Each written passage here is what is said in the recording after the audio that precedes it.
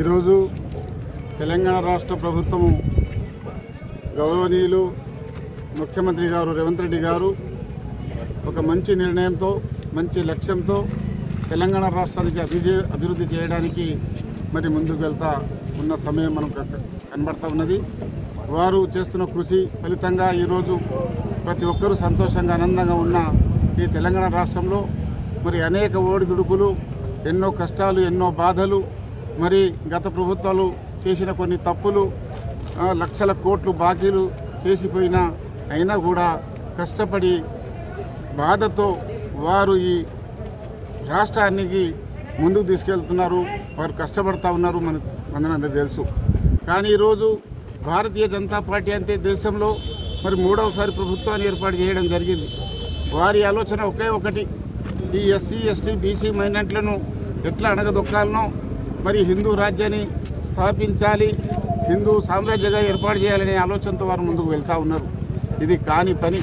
తరతరాల నుంచి ఇక్కడ ఎస్సీ ఎస్టీ బీసీ మైనారిటీ ఇతర కులాల వారు ఈ దేశం కోసం పోరాటం చేశారు. ఆ రోజు స్వతంత్రంలో పాల్గొన్నారు. దాదాపు 200 సంవత్సరాలు ఆంగ్లేయులు పరిపాలించిన దేశానికి మరి కాంగ్రెస్ పార్టీ ఆ రోజు ఎందరో మహనీయులు, మహానాయకులు, పెద్దలు ఆ రోజు ప్రాణత్యాగం చేసి మరి దేశానికి స్వాతంత్రం తెచ్చిపెట్టారు. ఈరోజు ఎస్సీ ఎస్టీ బీసీ మైనారిటీ ఆనందంగా సంతోషంగా మన పిల్లలు మంచి చదువు, మంచి విద్యను అందిస్తున్నామంటే మరి ఆ రోజు బాబాసాహెబ్ గారు అందించిన రాజ్యాంగమే దానికి కారణం. అటువంటి రాజ్యాంగం ఇష్టం లేక ఒక దళితుడు రాసిన రాజ్యాంగం మన దేశంలో ఉండాలనా అనే ఆలోచనతో, ఒక చెడు ఆలోచనతో వారు మరి మంచి ఉద్దేశం కాదు, ఒక దురుద్దేశంతో వారు పనిచేస్తూ ఉన్నారు. కాబట్టి బాబాసాహెబ్ రాసిన ఈ యొక్క రాజ్యాంగాన్ని పక్కకు పెట్టేయాలా, కొత్త రాజ్యాంగాన్ని వాళ్ళు రచించి రెడీ పెట్టడం జరిగింది. మొన్న ఒకవేళ నిజంగా 400 సీట్లు దాటితే తప్పకుండా మన యొక్క ఈ రాజ్యాంగాన్ని వారు సముద్రంలో పడేసేవారు. కొత్త రాజ్యాంగం తయారు చేసి రెడీ ఉంచారు కాబట్టి వారు అదే లక్ష్యంతో పనిచేస్తూ ఉన్నారు. కాబట్టి ప్రజలారా మనం జాగ్రత్తగా ఉండాలి. రేపు ఒకవేళ ఈ రాజ్యాంగం ఉండకపోతే మన బతుకు చాలా ఘోరం అవుతుంది. మళ్ళీ బొంబాయి, దుబాయ్, మళ్ళీ ఎక్కడెక్కడో మన పిల్లలు మనం పోవాల్సి వస్తుంది. ఇక్కడ మనం బతకలేకపోతాం. కాబట్టి ఇప్పటికైనా జాగ్రత్త పడండి. వారి ఆలోచన ఎట్టేటు పోతున్నదో, బీజేపీ ఆలోచన చాలా మరి డేంజర్ ఉంది. కాబట్టి దాన్ని మనము మరి దాటాలంటే మనం ఐక్యతతో ఉండాలి. కాంగ్రెస్ పార్టీ దేశానికి స్వాతంత్రం తెచ్చిన పార్టీ, కాంగ్రెస్ పార్టీ రిజర్వేషన్ కలిపిన పార్టీ, కాంగ్రెస్ పార్టీ వాళ్ళ పేద కుటుంబాలకు ఆ రోజు ఎన్నో రకాలుగా సహాయం చేసిన పార్టీ. కాబట్టి మనం ఇవాళ మేము ఎస్సీ ఎస్టీ బీసీ మైనారిటీ యువత ఉండొచ్చు, నాయకులు కావచ్చు, లీడర్లు, ఎమ్మెల్యే, ఎంపీ కావచ్చు, మేము ఆ రోజు రిజర్వేషన్ కల్పించారు. కాబట్టి స్వయం బాబురావు కావచ్చు, రాఠోడ్ బాబురావు కావచ్చు, ఇవాళ గజేందర్ కావచ్చు, ఇతరత్ర మాకన్నా ముందు ఉన్న సీనియర్ నాయకులు కావచ్చు, ఇవాళ రిజర్వేషన్ పేరుతో మేము ఈ సీటు మీద వచ్చి మరి మన యొక్క ప్రాంతానికి సేవ చేయడానికి అవకాశం కలిగింది. కాబట్టి మనం ఆలోచించాలి. ఇప్పుడు రేపు భవిష్యత్తులో అతి త్వరలో మనకు స్థానిక ఎన్నికలు వస్తూ ఉన్నాయి. చాలా జాగ్రత్తగా ఉండండి. వారు హిందూ సామ్రాజ్యం ఏర్పాటు చేస్తామని హిందువులకే మోసం చేసే ప్రయత్నం చేస్తూ ఉన్నారు. కాబట్టి జాగ్రత్త ఉండి మరి ఇవాళ దేశంలో లక్షల కోట్ల అప్పులు మరి మోదీ ప్రభుత్వం చేసింది. దాన్ని కూడా ఒకసారి దృష్టి సారించాలి. కాబట్టి బాకీ లేని సంసారం కూడా నడది, అట్లాగే దేశం కూడా నడదు. కాబట్టి ఈ యొక్క కార్యక్రమాన్ని పెద్ద ఎత్తున భారీన పెట్టుకున్నాం. ఈరోజు మరి బజారత్తుల మండల కేంద్రంలో మరి మా పెద్దలు స్వయం బాబురావు గారు మరి ఎమ్మెల్యేగా, ఎంపీగా పనిచేసిన వారు, మన యొక్క మన ఆదివాసీ పొద్దు బిడ్డగా మరి వారు పేరు సంపాదించిన వారు, అలాగే నర్సయ్య గారు జడ్పీటీసీగా 2-3 సార్లు పర్యాయాలు ఈ మండలం కోసం వారు రాత్రిందరం కష్టపడి పనిచేస్తూ ఉన్నారు. జలకే పాండురంగ గారు ఒక యువ నాయకుడు, వారు కూడా ఈ పార్టీకి బాధ్యతగా ఉన్నారు. గజేందర్ గారు ఇన్ఛార్జిగా ఈరోజు పనిచేస్తూ ఉన్నారు. వారి ఆధ్వర్యంలో మేము కూడా మరి ఈ కార్యక్రమం పాల్గొని ఈ కార్యక్రమం విజయవంతం చేసి భవిష్యత్తులో కాంగ్రెస్ పార్టీ జిందాబాద్ అనే ఆలోచన మనం లక్ష్యంతో ముందుకు వెళ్దామని కోరుతూ ఈ అవకాశం ఇచ్చిన ప్రతి ఒక్కరు ధన్యవాదాలు తెలియజేస్తూ జై హింద్, జై భారత్.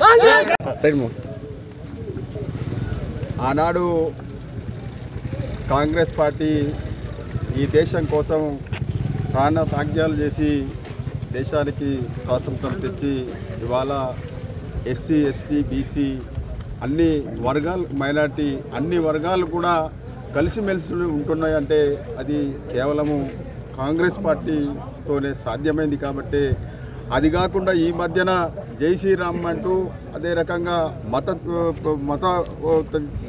చిచ్చులు పెట్టుకొని రాజకీయం చేసే పార్టీలు ఏదైతే బీజేపీ పార్టీ ఉందో ఆ పార్టీ ఇవాళ కేంద్రంలో అధికారంలో ఉండి ఇవాళ భారత రాజ్యాంగాన్ని మార్చడానికి ప్రయత్నం చేస్తుంది.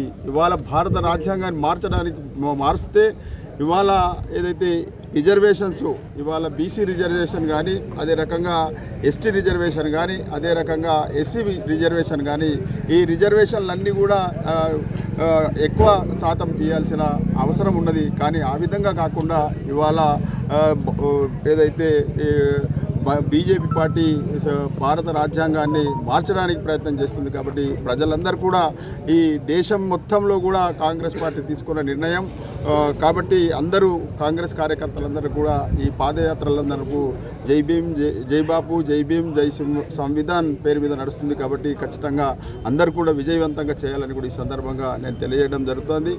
ఇవాళ ఈ రేవంత్ రెడ్డి ముఖ్యమంత్రి గారు ఈ దేశంలో ఏ రాష్ట్రంలో కూడా తీసుకోలేని నిర్ణయం తీసుకొని ఇవాళ బీసీ సోదరులందరికీ కూడా 42% రిజర్వేషన్ ఇచ్చి ఇవ్వాలని కేంద్ర ప్రభుత్వానికి అసెంబ్లీలో తీర్మానం చేసి బిల్లు పాస్ చేసి ఇవ్వడం అంటే అది మామూలు విషయం కాదు. కాబట్టి ఆ విధంగా భారతదేశంలో ఉన్న బీసీ సోదరులందరికీ కూడా 42% రిజర్వేషన్ కావాలన్న ఉద్దేశంతో కాంగ్రెస్ పార్టీ ముందుకు పోతుంది. కాబట్టి అందరూ కూడా గమనించి ఖచ్చితంగా ఈ పాదయాత్రను విజయవంతం చేయాలని కూడా కార్యకర్తలను విజ్ఞప్తి చేయడం జరుగుతుంది.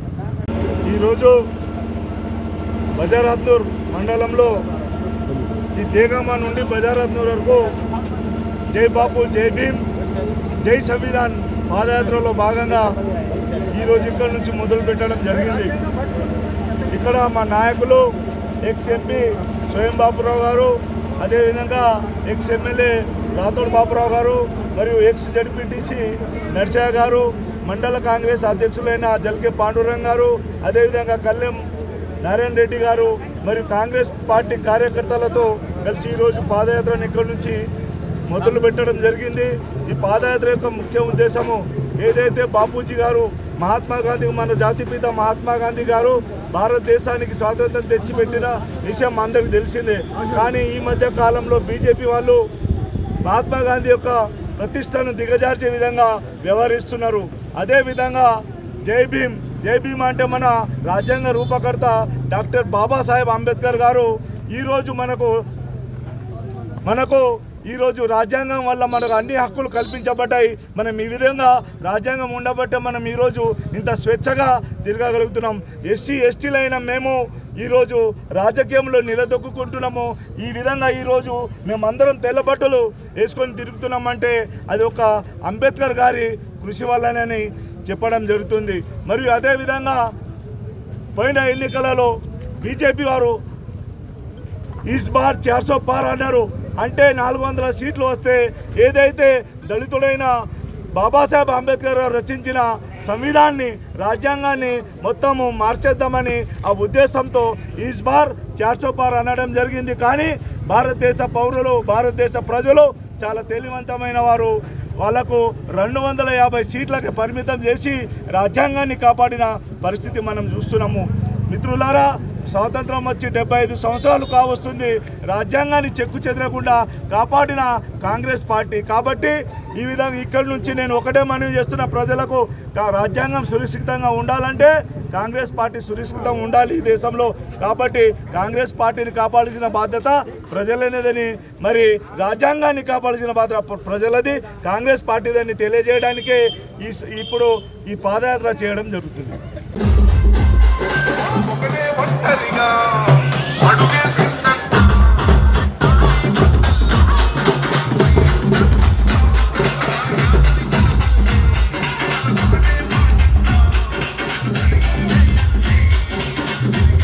లేటెస్ట్ న్యూస్ తెలుగు మరియు ఇంగ్లీష్ అప్డేట్స్ కోసం ఇప్పుడే క్యూన్యూస్ అఫీషియల్ యాప్ ని ప్లే స్టోర్ నుండి డౌన్లోడ్ చేసుకోండి. సరికొత్త సమాచారాల కోసం క్యూన్యూస్ వెబ్సైట్ ని ఫాలో అవ్వండి. ఛానల్లో ప్రాంతీయ, జాతీయ, అంతర్జాతీయ వార్తలు వీక్షించండి.